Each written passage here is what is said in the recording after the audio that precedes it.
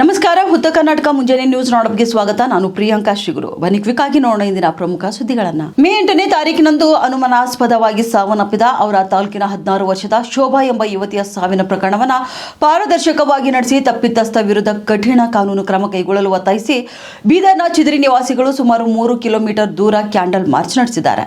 ಚಿದ್ರಿಯ B Shyam Sundar ಮಹಿಳಾ ಶಕ್ತಿ ಸಂಘಟನೆಯ 100 ಜನ ಮಹಿಳೆಯರು ಹಾಗೂ ಚಿದ್ರಿ ನಿವಾಸಿಗಳು ಚಿದ್ರಿಯಿಂದ ಅಂಬೇಡ್ಕರ್ ವೃತ್ತದವರೆಗೆ ಶಾಂತಿಯುತವಾಗಿ ಕ್ಯಾಂಡಲ್ ಮಾರ್ಚ್ ನಡೆಸಿ ಮೃತ ಬಾಲಕಿಯ ಸಾವಿನ ಬಗ್ಗೆ ನಿಷ್ಪಕ್ಷವಾದ ತನಿಖೆ ಆಗಬೇಕು, ಈ ಪ್ರಕರಣವನ್ನು ಎಸ್ಐಟಿಗೆ ನೀಡಿ ಮೃತ ಚಾಲಕಿಯ ಸಾವಿಗೆ ನ್ಯಾಯ ಒದಗಿಸಬೇಕು ಎಂದು ಒತ್ತಾಯಿಸಲಾಯಿತು.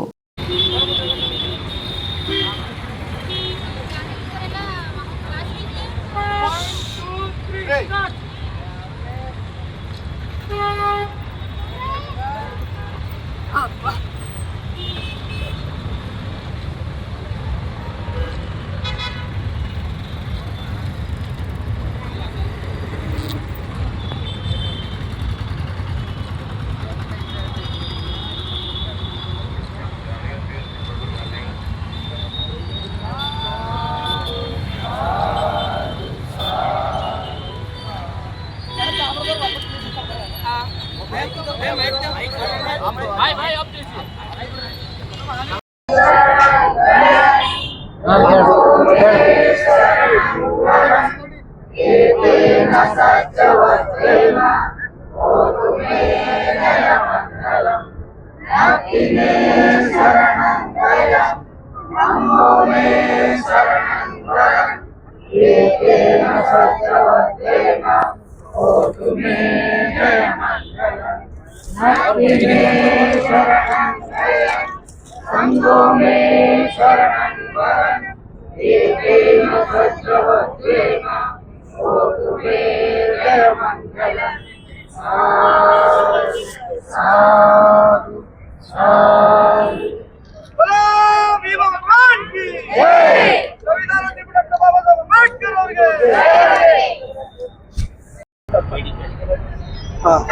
ಇಂದು ನಮ್ಮ ಗ್ರಾಮದ ಹಿರಿಯರು ತಾಯಂದಿರು ಎಲ್ಲರೂ ಈ ಒಂದು ಕಾರ್ಯಕ್ರಮವನ್ನು ಆಯೋಜನೆ ಮಾಡಿದ್ದಾರೆ.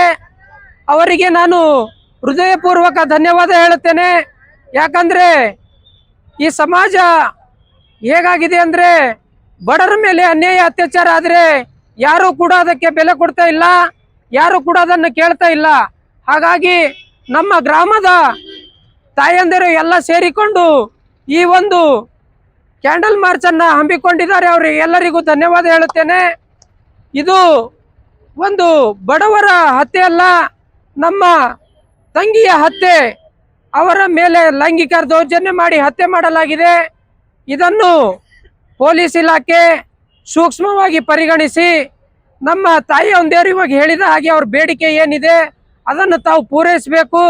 ಇಲ್ಲವಾದರೆ ಮುಂದಿನ ದಿನಗಳಲ್ಲಿ ಇದು ಜಿಲ್ಲಾ ಇವಾಗ ನಗರದಲ್ಲಾಗಿದೆ, ಹಳ್ಳಿಯಿಂದ ತಾಲೂಕದಿಂದ ಜಿಲ್ಲೆದಿಂದ ರಾಜ್ಯ ಮಟ್ಟದಲ್ಲಿ ಇದನ್ನು ನಾವು ಮಾಡ್ತೇವೆ.